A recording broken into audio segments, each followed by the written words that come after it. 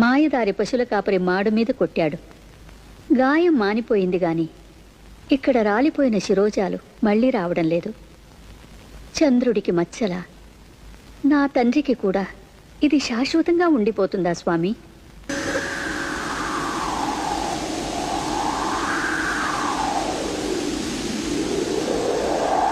ఈ త్రిజగన్మోహనుడి వదనార విందానికి ఈ చిన్న లోపమా?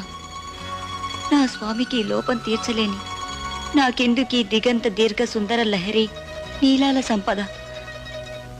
ఈ లోపం తీర్చిన నాడు కదా నా పేరుకి సార్థకత.